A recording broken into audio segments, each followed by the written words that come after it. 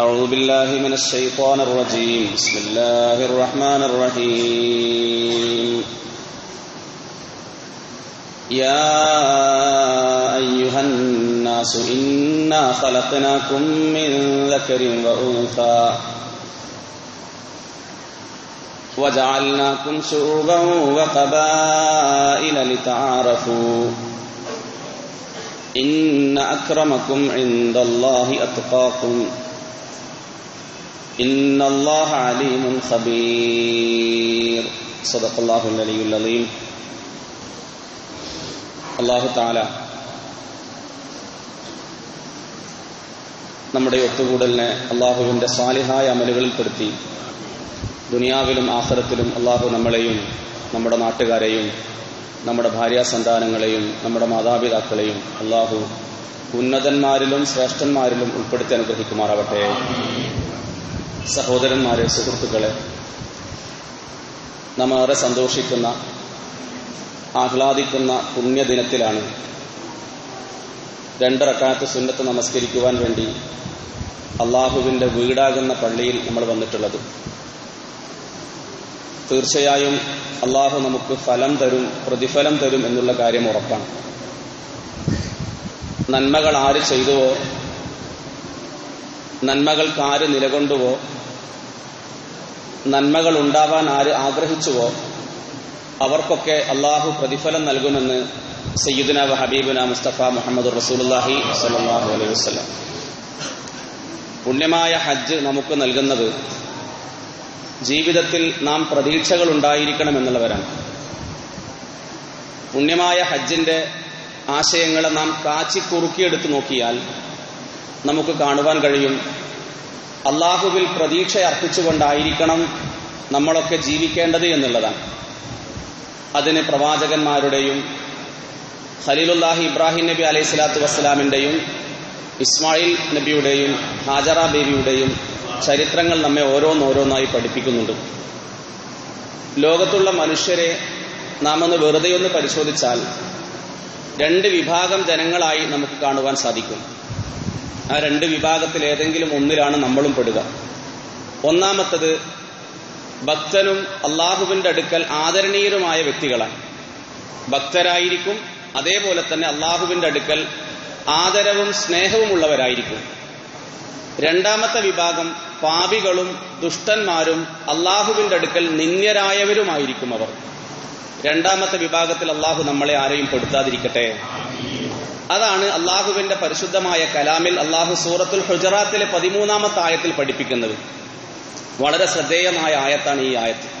നമ്മളൊക്കെ കേട്ട് അതിൻ്റെ വിശദമായ അർത്ഥങ്ങൾ മനസ്സിലാക്കി ഇതിൻ്റെ ആശയങ്ങളെയും ഇത് നമുക്ക് പഠിപ്പിക്കുന്ന സന്ദേശങ്ങളെയും ആശയങ്ങളെയും ഇത് പഠിപ്പിക്കുന്ന ഈ ആയത്ത് ചുരത്തുന്ന പ്രധാനപ്പെട്ട ചില സന്ദേശങ്ങളുണ്ട്, ചില മെസ്സേജുകളുണ്ട്. ആ മെസ്സേജുകളെയും നമ്മുടെ ജീവിതത്തിന്റെ ഭാഗമാക്കിയിട്ട് ചേർക്കാൻ നമ്മൾ തയ്യാറായാൽ, സഹോദരന്മാരെ, നമുക്ക് കിട്ടുന്ന ആന്തരികാനത്തിന്റെ ആഴം എത്രയാണ് എന്ന് പറഞ്ഞറിയിക്കാൻ സാധിക്കില്ല. അള്ളാഹു നമ്മളെ എല്ലാവരെയും മുത്തഖീങ്ങളിൽ പെടുത്തുമാറാവട്ടെ. അള്ളാഹു പറയുന്നു, യാ അയ്യുഹന്നാസ് ഇന്നാ ഖലഖനാകും മിൻ ദക്കരിൻ വ ഉൻസാ വജഅൽനാകും ശുഉബൻ വഖബായില ലിതആറഫൂ ഇന്ന അക്രമകും ഇൻദല്ലാഹി അത്ഖാകും ഇന്നല്ലാഹ അലീമുൻ ഖബീർ. അള്ളാഹു ലോകത്തുള്ള എല്ലാ മനുഷ്യരെയും വിളിച്ചുകൊണ്ട് പറഞ്ഞു, O mankind, O mankind, you are created in Adam and Havva. വളരെ ഗൗരവത്തോടുകൂടി കേൾക്കേണ്ടതാണ്. ഇന്ന് പത്രത്തിൽ കണ്ടല്ലോ, സിറിയയിൽ ബോംബ് പൊട്ടിക്കൊണ്ടിരിക്കുന്ന സമയത്താ നമ്മളിപ്പോൾ പള്ളിയിൽ ഒത്തുകൂടിയിരിക്കുന്നത്. സിറിയയിൽ, ലോകത്തിന്റെ പല ഭാഗങ്ങളിൽ എന്തോ കാരണത്താൽ, ആരോ ഉണ്ടാക്കിയ കാരണത്താൽ, ന്യായമോ അന്യായമോ എന്ന് തിരിച്ചറിയാൻ പറ്റാത്ത കാലത്ത് നമ്മളെപ്പോലെ പള്ളിയിൽ പോയി നമസ്കരിക്കേണ്ട മുസ്ലിങ്ങൾ, അള്ളാഹു എല്ലാവർക്കും മഗ്ഫിറത്ത് കൊടുക്കുമാറാവട്ടെ. സഹോദരന്മാരെ, നാം ചിന്തിക്കണം. അങ്ങനെ അള്ളാഹു പരിശുദ്ധമായ കലാമിൽ പറഞ്ഞു, യാ അയ്യുഹന്നാസ്, O mankind, you are created in Adam and Havva. ഇതാര് പറയുന്നവ?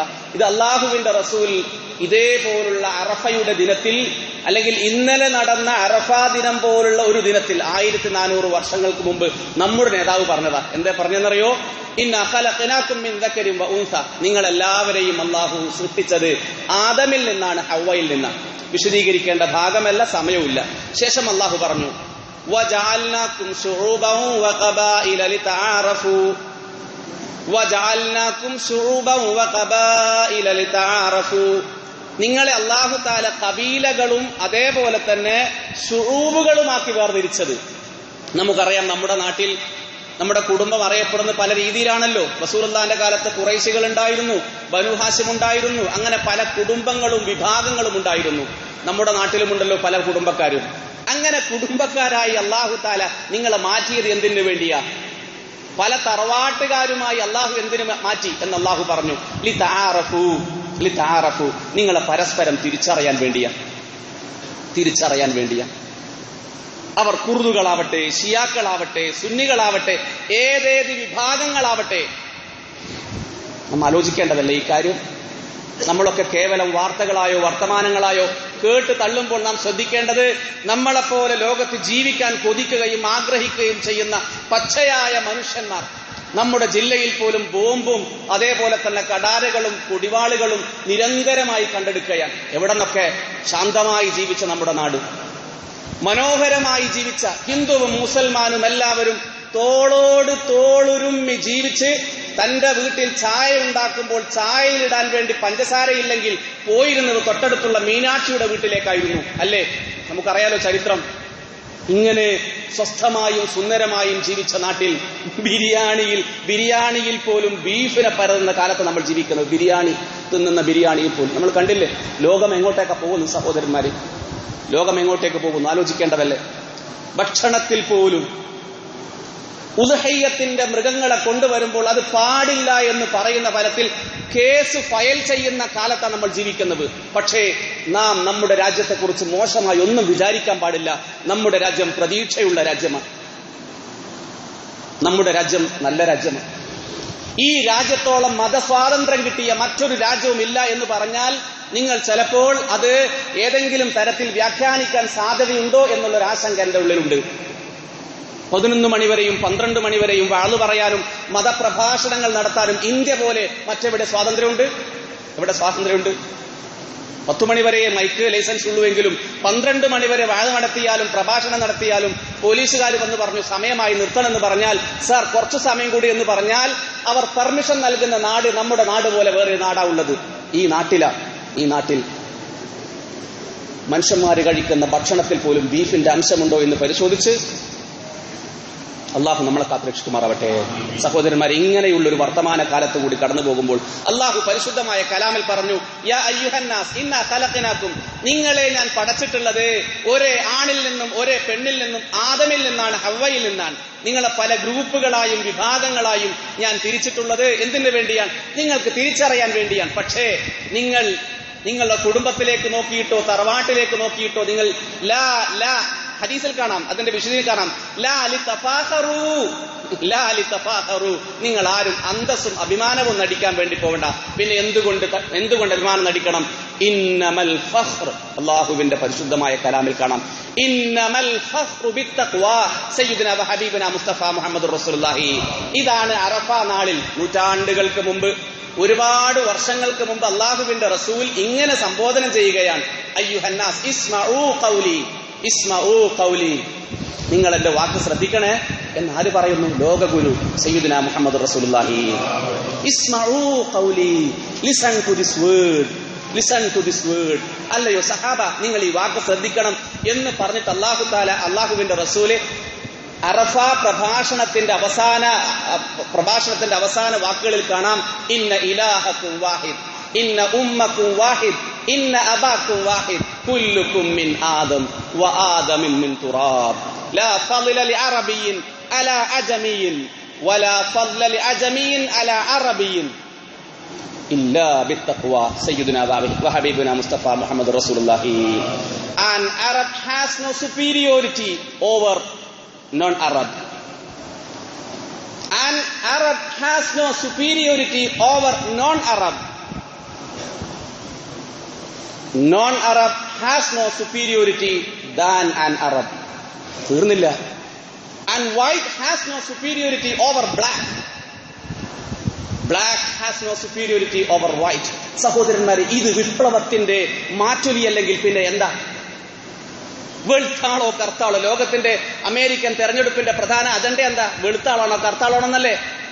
വെളുപ്പിനോ കറുപ്പിനോ പ്രാധാന്യമില്ലെന്ന് സയ്യിദുന വ ഹബീബുന മുസ്തഫ മുഹമ്മദ് റസൂലുള്ളാഹി സ്വല്ലല്ലാഹു അലൈഹി വസല്ലം. എക്സെപ്റ്റ് ഈ ഹദീസിന്റെ അവസാന ഭാഗത്ത് കാണാം, ഈ പ്രഭാഷണത്തിന്റെ അവസാന ഭാഗത്ത് കാണാം, except the piety, except by piety and തഖ്വ.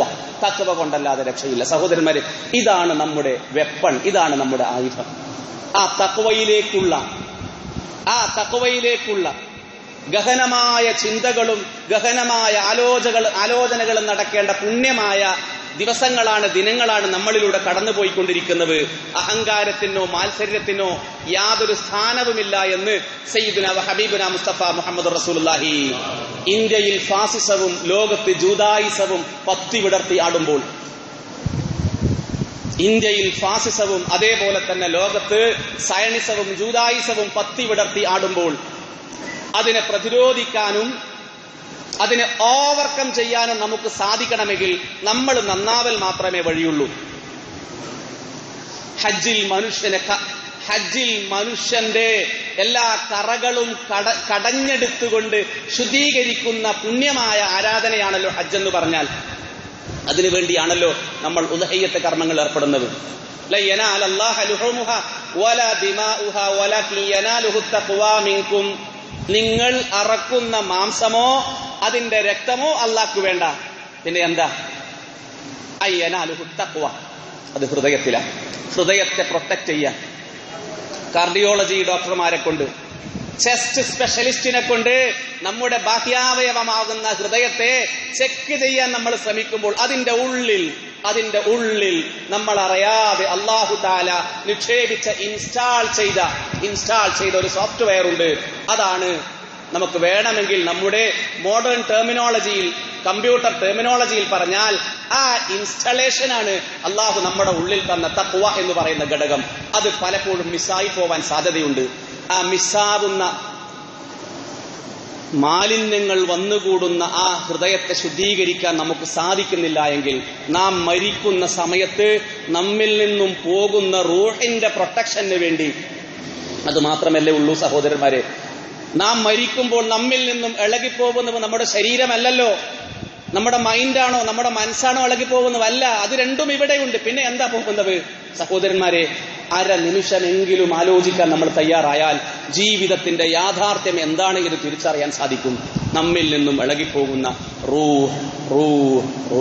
ആത്മാവ്, അതിനെ സംരക്ഷിക്കാൻ നമുക്ക് സാധിക്കുന്നില്ലെങ്കിൽ ജീവിതം കേവലം കാട്ടിക്കൂട്ടലുകൾ. അള്ളാഹു കാത്തുരക്ഷിക്കുമാറാവട്ടെ. അള്ളാഹു നമുക്കെല്ലാം ആഫിയത്ത് നൽകി അനുഗ്രഹിക്കുമാറാവട്ടെ. അള്ളാഹു നമ്മളെ എല്ലാവരെയും മുത്തഖീങ്ങളിൽ പെടുത്തി അനുഗ്രഹിക്കുമാറാവട്ടെ. ദിവസങ്ങൾ വരും പോകും. ഇനിയും അള്ളാഹു ആയുസ് നൽകുകയാണെങ്കിൽ പെരുന്നാളുകൾ നമ്മളിലേക്ക് വരും. അള്ളാഹു നമ്മുടെ ആരുടെയും അവസാനത്തെ പെരുന്നാളാക്കി പെരുന്നാളിനെ മാറ്റാതിരിക്കുമാറാവട്ടെ. അള്ളാഹുവെ ആഫിയത്തോടെ ദുനിയാവിൽ ഒരുപാട് കാലം ജീവിക്കാനും നിന്റെ തൃപ്തിയും നിന്റെ സ്നേഹവും നിന്റെ ഇഷ്ടവും പടച്ചവനെ നീയുമായുള്ള അടുപ്പം വർദ്ധിപ്പിക്കുന്ന രീതിയിൽ ഓരോ ദിവസവും കഴിഞ്ഞു പോകുന്തോറും നീയുമായുള്ള ബന്ധം സ്ഥാപിക്കാനുള്ള തൗഫീഖ് നൽകി അനുഗ്രഹിക്കണേ അല്ലാഹുവേ. നമ്മളെല്ലാവരും നല്ലവരാകാൻ ആഗ്രഹിക്കുന്നവരാണ്, നല്ലവരായി ജീവിക്കാൻ വേണ്ടി കൊതിക്കുന്നവരാണ്. പടച്ചവനെ, ഈ ആഗ്രഹത്തെ നീ പൂർത്തീകരിച്ചു വരണേ പള്ളി കഴിഞ്ഞു പോയാലും പള്ളി വിട്ടു പോയാലും നമസ്കാരം കഴിഞ്ഞു പോയാലും പല ചിന്തകളും നമ്മിലേക്ക് വരുമ്പോൾ പടച്ചവനെ ആ ചിന്തകളെ തടഞ്ഞ് നേരിന്റെ മാർഗത്തിലൂടെ നേരിന്റെ വഴിയിലൂടെ സഞ്ചരിക്കാനുള്ള നല്ല മനക്കരുത്തിനെ നമുക്ക് നൽകി നീ അനുഗ്രഹിക്കണേ നീ മനസ്സമാധാനം തരണേ പടച്ചവനെ, ശാരീരികമായ സുഖം തരണേ സാമ്പത്തികമായ ഭദ്രതയെ തന്നുകൊണ്ട് നീ നമ്മളെ അനുഗ്രഹിക്കണേ പടച്ചവനെ. നിന്റെ പരീക്ഷണങ്ങളിൽ നമ്മളെ ആരെയും നീ പെടുത്തല്ല അല്ലാഹുവേ. തെരുവ് നായ്ക്കൾക്ക് പോലും തെരുവ് നായ്ക്കളെ കൊല്ലണമോ വന്ധീകരിക്കണമോ എന്ന് ചിന്തിക്കുന്ന കാലത്ത് പച്ചയായ മനുഷ്യന്മാരെ വേട്ടയാടപ്പെടുമ്പോൾ അല്ലാഹുവേ, ആ വേട്ടയാടുന്ന മനസ്സുള്ളവരുടെ മനസ്സിനെ മാറ്റി റബ്ബേ അവർക്ക് മാനവികതയെയും മാനുഷിക സ്നേഹത്തെയും കൊടുത്തുകൊണ്ട് അവരെ നീ അനുഗ്രഹിക്കണേ പടച്ചവനെ. നമ്മുടെ ഭരണാധികാരികൾ നീ കരുണ കൊടുക്കണേ പടച്ചവനെ. നമ്മുടെ ഭരണാധികാരികൾക്ക് നീ കരുണ കൊടുക്കണേ അല്ലാ. നമുക്ക് നീ കരുണ തരണേ പടച്ചവനെ. എല്ലാവരെയും ഒന്നുപോലെ കണ്ടുകൊണ്ട് ഒന്നായി ജീവിക്കാൻ, സ്നേഹത്തോടെ ജീവിക്കാനുള്ള ഹൃദയ വിശാലതയെ തന്നുകൊണ്ട് നമ്മളെ എല്ലാവരെയും നീ അനുഗ്രഹിക്കണേ അല്ലാ. അല്ലാഹുവേ, ലോകത്തുള്ള മുസ്ലിങ്ങൾക്ക് നീ ഇസ്സത്തിനെ കൊടുക്കണേ അല്ലാ.